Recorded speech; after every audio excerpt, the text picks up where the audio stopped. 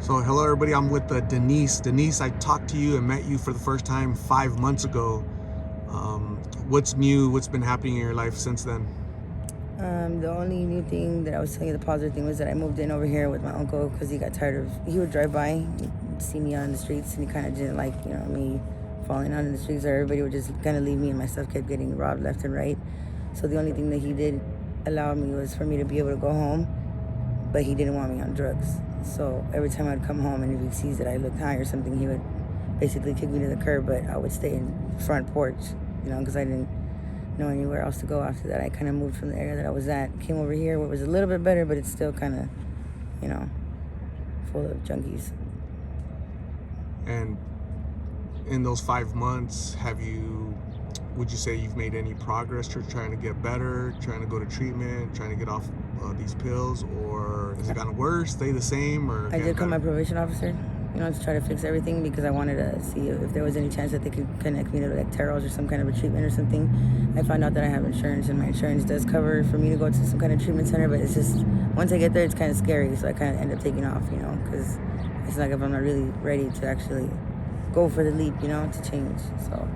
What's that scary part? Is it you're scared of the withdrawals, or you're scared of changing your life? Not changing my life, because I see people with families out here and it's like I miss that. And if I go up to the families and I want to be like, oh, your son's cute or your child is cute, they look at you like if you're some kind of a monster. And they never looked at me like that before, because I'm a mother myself. So I'm scared of what my kids would look at me if I were to, see my kids all over again, if they'd run from me the same way that families would. In those 5 months, have you talked to your children, or? I have talked to my children, but my mom doesn't let me talk to my son unless I do it through the video over the phone. And he does recognize me, because as soon as I saw him through the little picture, he said, "Mom," right away. He's already 5. So. He's your oldest? He's my middle child. The other baby's just 1. When I seen you, the last time I seen you, I had just had the baby like 6 months before that. So. I know he's not going to recognize me, but sometimes they recognize it through the voice, they say, but I'm just kind of scared for him to see me like this all messed up. I've had better days, but today's one of the worst days so far. And what makes it a bad day? Saying we can't get hold of drugs or something. People asking you and you don't have anything as it is. So when they're asking you for stuff, like when I came right here and somebody asked me for something, obviously you see that I don't have anything. And it's bad because it's painful, it hurts, your body needs? The withdrawals. Like if you want to walk somewhere, basically, I want to walk home right now to get something to drink. But if I walk home right now, my uncle's already going to know. He's going to think I'm on something even though I'm not. And he's just going to be like, same old shit like always. Go wait outside. I'll go take it to you. And I don't like that. I just go over there just to sleep because I'm in the living room. So once I open the door, he makes sure that he locks his door at night. And that's where the restroom's at. So it's kind of like, doesn't make it any better that I'm staying somewhere. You know what I mean? So he allows you to crash on his couch. And that's a little bit safer than being out on the streets, right? Yeah, but it's like a time limit. I have like basically once the sun goes up, 6 in the morning, I'm out. You have to get out. Yeah, because that's when he wakes up. He just doesn't like me being there during the daytime because he knows that he doesn't like seeing me sick either. And on the weekends, I stay there a little bit longer, maybe from 8 to 9. But I also have my brother that lives there with his family, so he doesn't like it when they come out here and visit from Queen Creek and they see me all messed up. He doesn't like it. So when they come to visit, I can't go home at all. Because he's not letting them know that he's giving me an opportunity to stay somewhere, Because then the family will turn him down, basically, for giving me a chance. And do you see their point of view, or do you think do you think they should be more supportive and allow you to stay there a little bit longer? I don't blame them at all. You don't blame them at all? I don't. It's hard, right? Yeah, and I tell myself I want to get better because I know that I can do it. I had a limp last time when you saw me, and I'm walking now and everything. But so I'm just like I'm there. I'm already there. I just don't know what it is. It's maybe just the crowd of people that I'm around. I feel, but it's just because I'm used to them. You know what I mean? I'm used to them that I don't want to move on forward for new friends. And it's not everybody. It's only some of them. Because the new ones, the ones that I already know that are all messed up or whatever, those are the ones that kick it with all day long. And those are the ones that steal from me and everything, and it just doesn't seem like I can move on from that, But the other friends that are good friends, like the guy that walked me over here, he's a good-ass friend, and I barely even talk to him. All he wants to do is just help me out so nobody, does me any harm. It's good to know that there's people out here to try to protect you a little bit, right? Yeah. Because, I'll fall asleep or something, he'll literally just stay around me just to make sure. Like, right now, look, he's just staying there to make sure I'm safe. Because he doesn't know if you're a regular guy or you're just some random person. Trying to harm you. Yeah. And in those 5 months, have you stayed safe as far as physically safe? If No I would have been assaults, over no there, fights? I've heard there's been a couple gunshots and people have been killed. There's been a couple rapes. So I believe that if I would have been over there, something would have happened. I think I've been a little bit safer over here. I would say so. I was basically in a wheelchair when I was over there, you know. I wasn't getting out of it until I came back over here. What was that limp from back then? What happened? I got into an accident. Somebody burned me. You were sleeping and they burned you? I was awake. I was right here by the Family Dollar. I was awake. But some guys, like, when they like to get females' attention and they want their way, and you don't give them what they want in a sexual way, if you know what I mean, they come back for revenge, and that was his way. Are you fully recovered from your injuries? Just from about. being burned? I go to treatment for it, you know, where they give you, like, the massages and all that You're crap. still limping a little bit, right? Yeah, but it's because I have, like, a cast on right now. Hold on. Sorry. So you have a cast on? Mm-hmm. It's like the personal one that I get because I feel like my leg is like it's like a little bit skinnier than the other one, so I feel like if it looks skinnier, it just looks weird. So I put it on for protection, so I could walk a little bit better.